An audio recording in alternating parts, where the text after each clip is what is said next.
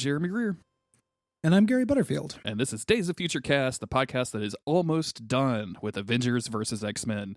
Gary, I'm ready to be done. I gotta Light say, at the end of the tunnel. I know we're getting close. We only have a few more sessions left, but after this batch of issues, like now that things are starting to get a little like the X-Men are Breaking Bad, like specifically, I am checking out of this pretty hardcore. Like I don't know, man. How are you feeling? How are you feeling about this? It's unsatisfying to me because I still feel like if the Avengers hadn't done anything, everything might have been gone fine. Mm-hmm. You know, and there have been a couple nods towards that idea, but it's never been explored. It's like the Avengers knew the X-Men would break bad because the writers knew that's what they were going to make the X-Men do. Yeah. You know, not because the characters would know. And now that they're just cartoonishly evil, I'm stuck in this position where it's like, yeah, I guess got to stop them. You know, like they turned really cartoonishly evil. I mean, for who knows how much time has passed, you know, you just been pushing them, but it is weirdly unsatisfying. And it feels like somebody at the heart of this hates fucking Cyclops. Cause he ends up in jail at the end of this. He's a bad guy at the end of this. This is turning Cyclops into a villain. And like, it's I mean, and the whole thing, I think having all of the X-Men break like this bad, and because there's even like moments of like, well, do I actually want to kill people? Like, yes, I do. I want to kill people, and I'm like, okay, like obviously, like they're you know taken over by the Phoenix Force, but at the same time, like you're really gonna make Colossus like have this internal fight about killing people? Like I know the Phoenix Force is bad, but like what are we really doing here? We had that horrible date rape Colossus. Yeah, last session. Like you're and you know both those issues written by Jason Aaron. That guy does not like Colossus. That's no. It's just it's very strange to me. It ends up feeling a little bit unsatisfying. I was thinking about it. It's got early on not having the internal perspective of the Phoenix Five, I think was really good. I think we should have been slowly lit in on that, or there should have been like a mini series that was from like Cyclops' perspective or something, because being on the outside and watching them break bad, it all feels very sudden, you know? And what you needed was the characters wrestling with that and justifying it to themselves more than just saying out loud, like, I want to kill, you know, in just like the most ham-handed way. It ends up being pretty disappointing. Like, I think that overall, you know, I can see how this is going to end. I know what happens after this. I think this crossover, if I'm judging on pass fail, you know, the main event and some of the tie-ins pass, like, you know, not a bad time reading these comics. It is just not living up to its potential. Yeah. Which is kind of Marvel event.text. Yeah. And I feel like that's definitely the thing. Like you've got a bunch of different writers that all have a bunch of different things that they want to do with these characters. And it just all becomes kind of a weird mess because it's all predetermined. Like we all sat in a room and decided what was going to happen. And now we're going back and filling in these spots. And so you don't really have a lot of room to do anything interesting I mean, there's been interesting stuff in here. I keep coming back to this, just feeling like totally, and I know they're possessed by a cosmic force, but it just feels totally out of character for like everybody involved. Yeah. Like there's a moment in here where Emma Frost is like forcing mutants to kneel before her with her mental powers, and I just like I'm looking at that and I'm going like, I feel like Emma of all people would have the strength of will enough to be able to try to fight some of this off. And I know it gets worse as they get powered up, as it's they're not sharing the Phoenix Force, but at the same time, like I'm like, dude, this just feels bad. Like this just feels yucky. Like even for like a quote unquote villain like Emma. So Emma is willful, and Emma likes mutants. Yeah. You know, she would push through this. I think it's and just not being able to see any of that struggle. Right? Like I'm constantly getting the feeling that there's one title in the crossover that we're not reading. Absolutely. Where it talks about all that stuff. Like there's just a through line, because every time, you know, we take a week or two, this time longer than that because we had a winter break, but we take a week or two away from the comics. I'm not reading ahead because I want to keep them fresh in memory. Mm-hmm. I go back and it always feels like when I wasn't looking, the Phoenix Five, it like decrepitated like 1,000% while I wasn't looking. Yeah. Like it's so fucking weird. It's not gonna the issue we're talking about today, Avengers Academy 33 doesn't do it to me. Like this is like I don't know how fast this is gonna make me sound. I'm basically on Emma's side for this. Yeah, I don't care about this stupid robot.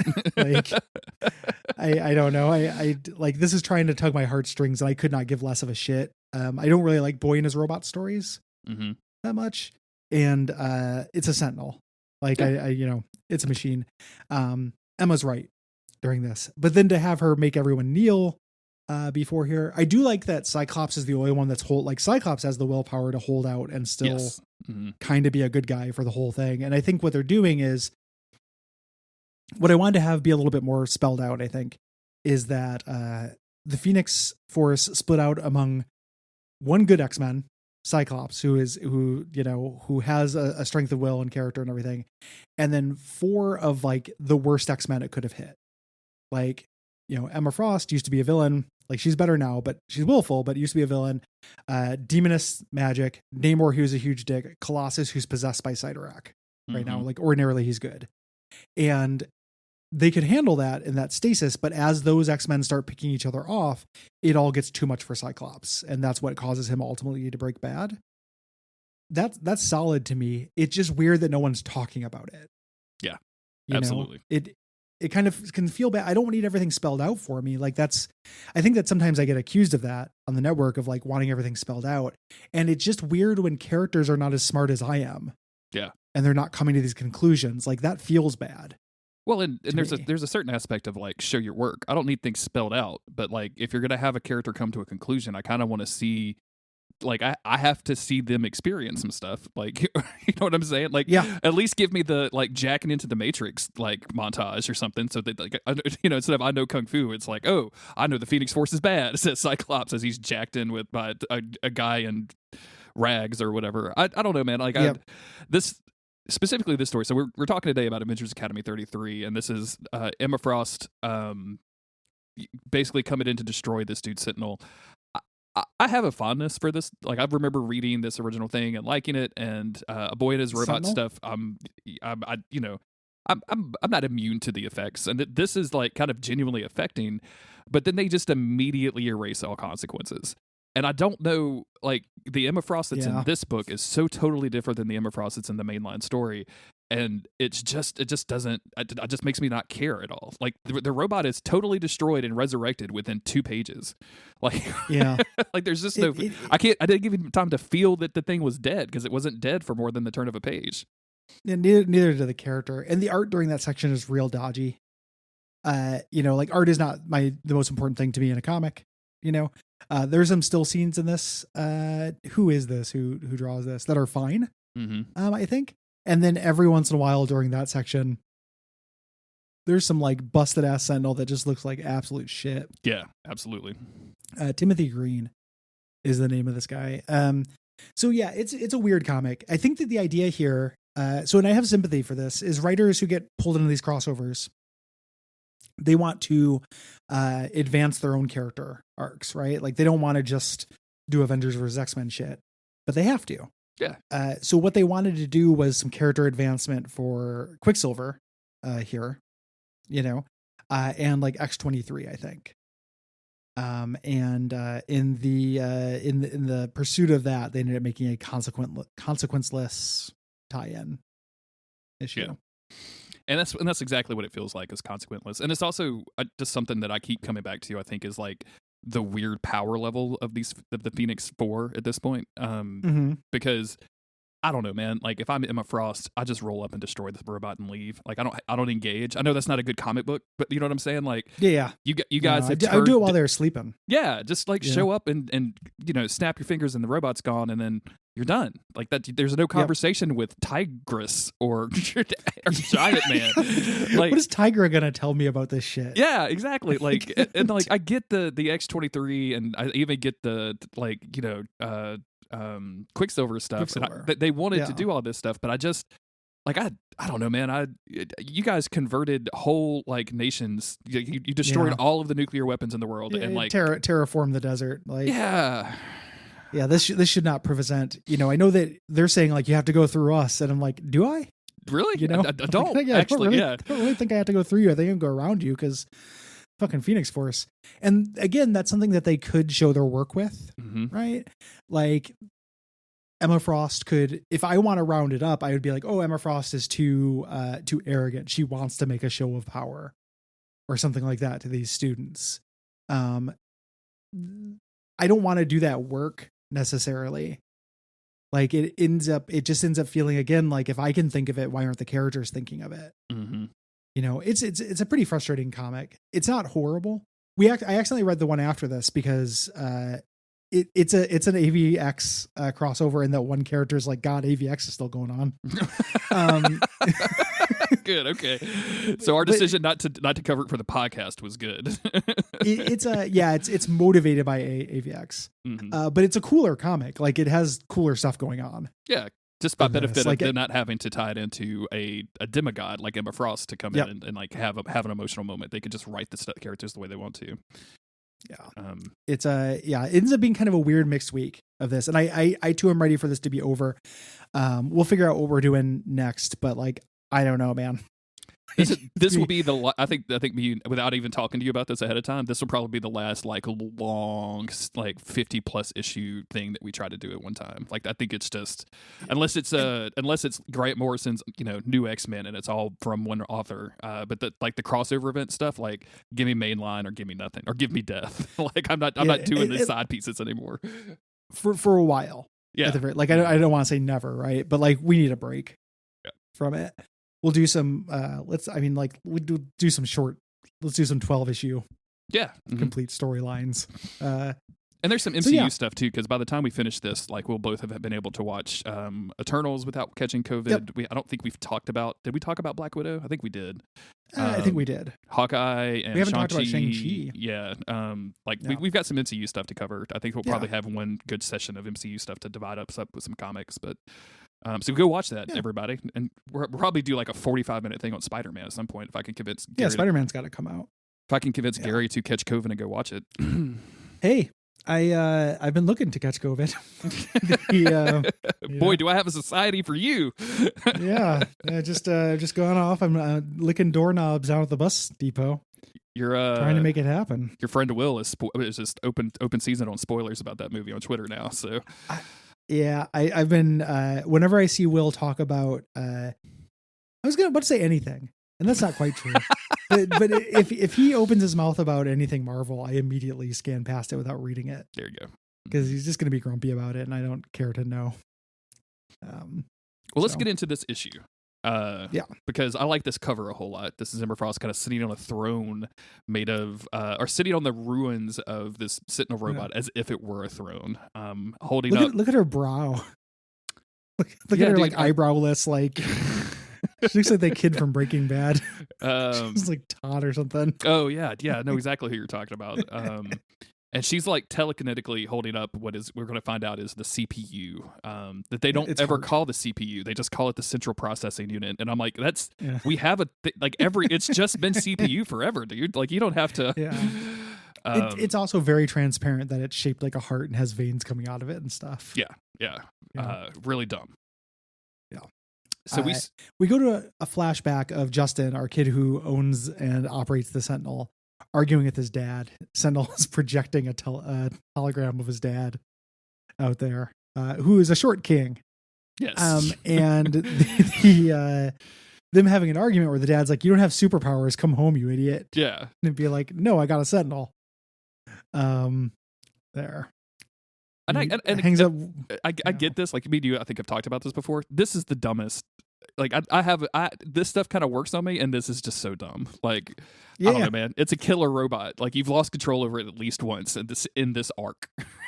The original Sentinel story I read, and it was kind of cool because he wasn't in an X-Men context. It was like kind of considered to be an X-Men comic because a Sentinel was there, but he has dealt with bullies and shit. Just rubbing this in the face of X-Men and stuff, I think is, it's like a Confederate flag. Yeah. Mm-hmm. Like it doesn't feel that different to me in the metaphor, not in terms of like real life seriousness or anything, but in the metaphor of the fiction. Mm-hmm. he says he wants to sleep out under the stars. He lays down on top of the Sentinel's chest plate, which seems incredibly uncomfortable.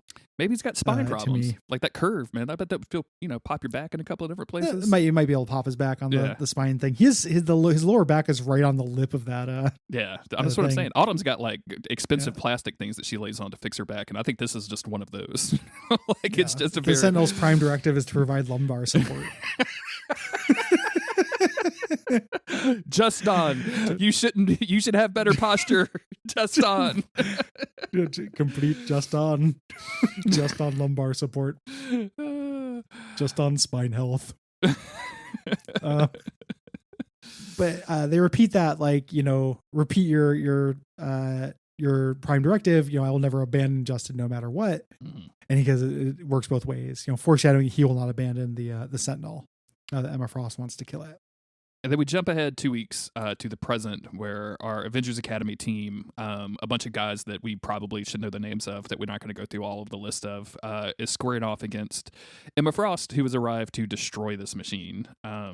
Yep. And kind of one of our main characters, whose name I've already forgotten, the robot, like emotionless chick, calls Quicksilver. Yeah, Finesse. Calls Quicksilver is like, hey, we're being attacked. And Quicksilver's like, by who? And it's like, oh, it's Emma Frost. She's here to destroy the Sentinel. And he's like, and Quicksilver's just like, I don't fucking care about that, dude. What? That's everything. Let her destroy it. We should have destroyed it from the beginning. Who cares? It's weird that we have this thing. Yeah. Why are you calling me? Do you know I'm doing AVX? Like, did you know that I'm in the main book? I'm not in these fucking crossovers, dude. I'm in the main book. Leave me alone. And this begins what I think is the most rhetorically weak element of this book that drives me nuts, is every character drawing a comparison between this Sentinel. Like, he's like, hey, it was made to kill mutants, get rid of it. And then her being like, well, my parents were criminals and your father was Magneto. Are we tainted? And every character is doing this. Later, a character literally is like, oh, they say gay people are an abomination. Miss Frost, would you kill me? And I just want to be like, you fucking nincompoop. No, yeah. It's night and day. It's a fucking Toyota. Like, yeah, it's a fucking robot. It's a robot. It's a Toyota Sentinel model 2014. Like, I don't like. Yeah. There's no consciousness. There's no sentience at play. Like, yeah, your dad. Like, when Finesse says your father was Magneto. Do you feel the same way about? And he's like, no, it's a fucking Toyota. Yeah, and he's right, but it's not. He's treated like he's wrong, and then he changes his mind, and it's infuriating. And it's so frustrating too, because I want Emma Frost or someone to be like, listen, we live in a world with sentient robots. We're not talking about the Vision. Like, we're not talking about danger. Like, there are sentient robots. This just isn't one. Yeah. This is anthropomorphizing. Yeah. We can tell.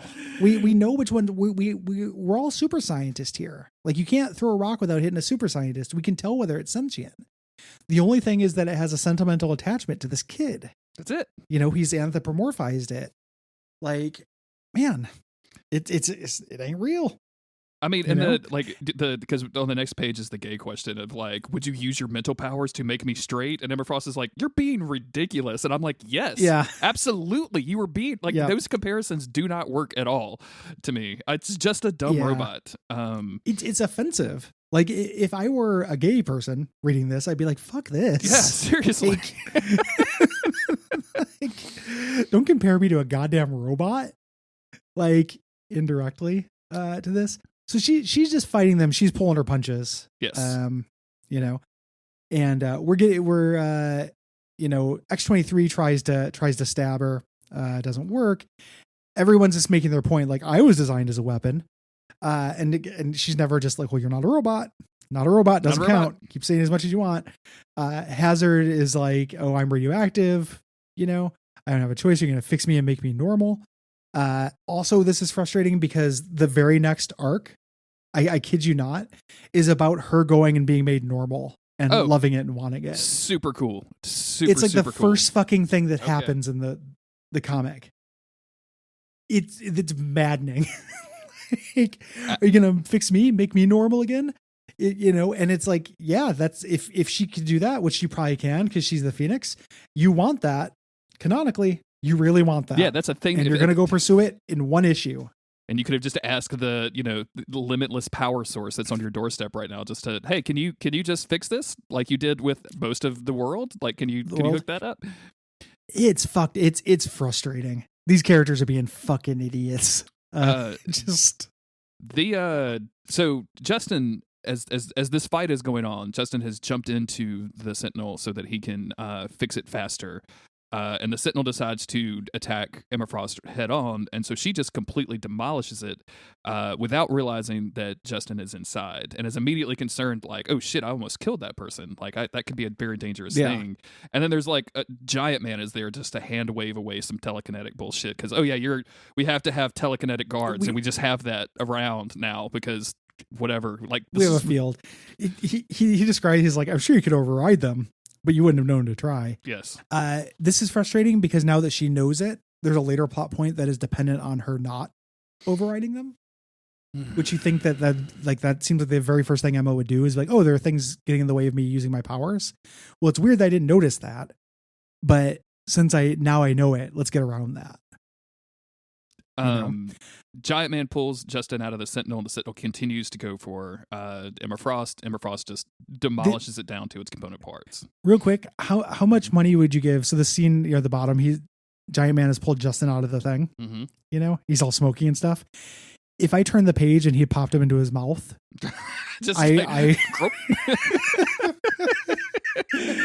look what you did, Emma.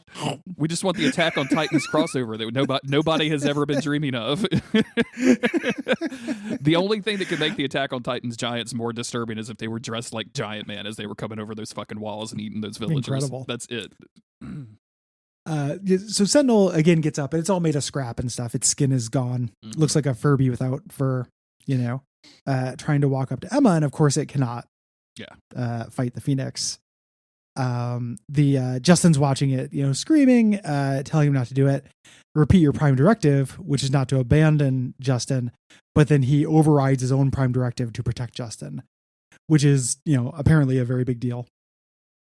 Protect Justin. This upsets Justin. As Emma Frost destroys him. One of the dorkiest images in comics, this shitty little Sentinel skeleton, like flying up to Emma. Yes, absolutely agreed. It's very, very bad looking. And she tears it apart. Yep. And she considers this she saves the CPU and is like, hey, like maybe you could rebuild this body so that it, doesn't kill mutants. And like, you probably don't think this is a good thing, but I do. See you later. Yeah. And again, the only voice of reason in the comic. And Giant Man comes in and is like, oh shit, that robot overrode its prime directive. That's impossible. And I'm like, dude, you've time traveled. Like what is impossible anymore? Like the Danger Room gained sentience somehow. What is impossible? And like, just call it what it is. Like this was the moment that the Sentinel turned into a person. Like just say that out loud. It's okay. Yeah. You can just, I suspect the reason why they're not is because they're not going to do anything with it. Yeah. Yeah. Like this should be a major sea change kind of moment here.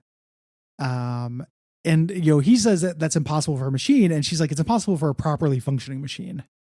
This thing was beaten up and dying and stuff like that. Plausible deniability. She tries to invite X-23 back, and X-23 is like, when I see you again, I'll kill you or you'll kill me. I'd rather go anywhere than go anywhere with you. Again, as if this was a horrible thing Emma did. Emma just flies off above it all, which is good. Yeah. See you later. And the big twist here is that Quicksilver used his super speed and the psychic scramblers to switch out the robot's heart with a fake robot heart. So the all-powerful super psychic Phoenix accidentally melted the wrong thing. Yeah, because their training robots have, similar hearts for some reason. Yes. Yes, of course. So does that mean that Giant Man has been looking at like Bolivar Trask's work on Sentinels and going like, well, I could do this without the killing. I could do this. Richard Jocasta would enjoy this. Right. So 10 minutes later, they rebuild the Sentinel. I don't know why they said 10 minutes later. That's really fucking quick. And it's like, I understand Quicksilver's doing it, but him just rearranging a Sentinel. Well, like, so Sentinel's back to exactly where it started. But here's my thing. Where did they get the purple metal? I don't know. Like, I don't care how fast Quicksilver can run. Like, there's a certain length of time it takes to turn metal purple. And, like, you have to anodize that shit. Dye that shit. You have to dip it. Yeah. And, like, you can't dip shit faster just because you can move faster. I don't believe it. No, yeah. So fucking stupid. It's I don't know why they said 10 minutes. Why not just a day? And then why not a whole day? Yeah. Well, I think the reason why is because Quicksilver is supposed to be like not really wanting to do this. There's a very funny bit here where he goes, Henry, a word. It's getting bad out there, and it's going to get worse as he's running away. It's very funny. Like, it's going to get worse. Oh, okay. I didn't know. This is meant to be the impetus that Giant Man uses the next day, Giant Man and Tigra, to dissolve the Academy. Yes. They're like, this is too dangerous. Just because we call this place Avengers Academy, you guys are in danger. We had a Phoenix show up. It was fucked up. Go home. Yeah. And if you can't go home, we'll just give you a bunch of money. We'll give you enough money to start over anywhere. When I graduated, when I graduated high school, my mom, the summer after I graduated high school, I was still living at home, and my mom woke me up at like 8 a.m. and she says, "I'm leaving your stepdad. Do you want to come with me, or do you want $500 to go get an apartment?" And I was like, "Just give me the $500." Like, I don't know what you've got going, but I have a 1 bedroom worth of shit I can get out. I can be dusted out of here tomorrow. Like, just give me the money. Yeah. Let me ride. It's got very big I'm leaving your stepdad energy is what I'm saying. Yeah. And then they leave holding hands. I don't know what they're going to do. We're just going to vibe. And he's like, they say, hey, can we come back later if the AVX thing happens? He's like, no, I think our world will be very different. And the next arc is about them running into this alchemist character and learning how to get their powers back, or remove their powers rather, and stuff. So it doesn't really fulfill on any of the promises of this issue. Like, this is an irritating issue to me, but if I were a regular Avengers Academy reader, I'd be furious. Yeah, like, you came in, destroyed this robot, rebuilt it so it looks exactly the same. Like, if you're rebuilding the Sentinel it should at least robot, be a different design. Hype it up, like make it a Wolverine color. You know what I'm saying? Like, why like taking the Confederate flag metaphor, right? If the idea is this thing has outgrown its programming, like, I have a robot, right? I bought a KKK bot. Okay. From the store. It's a little robot and a little white hood, and it burns little miniature crosses on miniature lawns. Okay. This is so specific. I'm starting to believe it's real, but go ahead and continue, please. Yeah. You come up and you're like, that thing is a slap in the face. We have to destroy the KKK bot. Okay. I'm like, hey, the KKK bot has changed. It loves me. It no longer wants to destroy robots. You destroy it anyway. Why would I rebuild it as a KKK bot? Yeah, like if you came back to me and you said, I rebuilt KKK bot, it's better now. And I was like, oh, really? Let me see. And like you showed me a robot with a white hood. Yeah, it has a white hood and shit. Be like, why would you do that? Gary, it still has a lighter in its hand. It's like, but I took away the crosses, Jeremy. Like, I don't think that's enough. No, he's changed. I promise. I just had some sentimental attachment to its old KKK imagery. Why make it purple? The fucking worst. Why base it on the Oliver Trask designs? Doesn't make sense. Yeah, it's the worst. It's so fucking dumb. Comics are a waste of time. The more you read them, the more you realize, boy, are they a waste of time. Yeah, every once in a while, like, I love comics. I love them. Every once in a while, you read something, and you're like, this is the shittiest, stupidest thing I've ever read. Oh, there's a moment. There's a moment with Cyclops coming up in the AVX main run that I think is some of the stupidest shit that I've ever read in my entire life. So looking forward to it. Looking forward to that. Hey, everybody, if you want to hang out with us more, you should go to patreon.com/Duckfeed.tv. Donate to the Patreon and join the Slack. You can also request specific games for Gary and Cole to cover, which is always very fun. And you get episodes of this podcast super early, which is dope. Yeah. This is the first time we're recording after both Duck streams, so thank you everybody who tuned in. Huge success. Thank you very much. Huge success. And the first time we recorded in the new year, so happy new year, everybody. Yeah. Happy 2022. It's not the first year of the Tigra. It's not the first time people have heard us in 2022, but it's the first time we've recorded. So yeah, we got really far ahead because of the stream and holidays and stuff. We appreciate you. We do. And until next time, take care. Bye, everybody.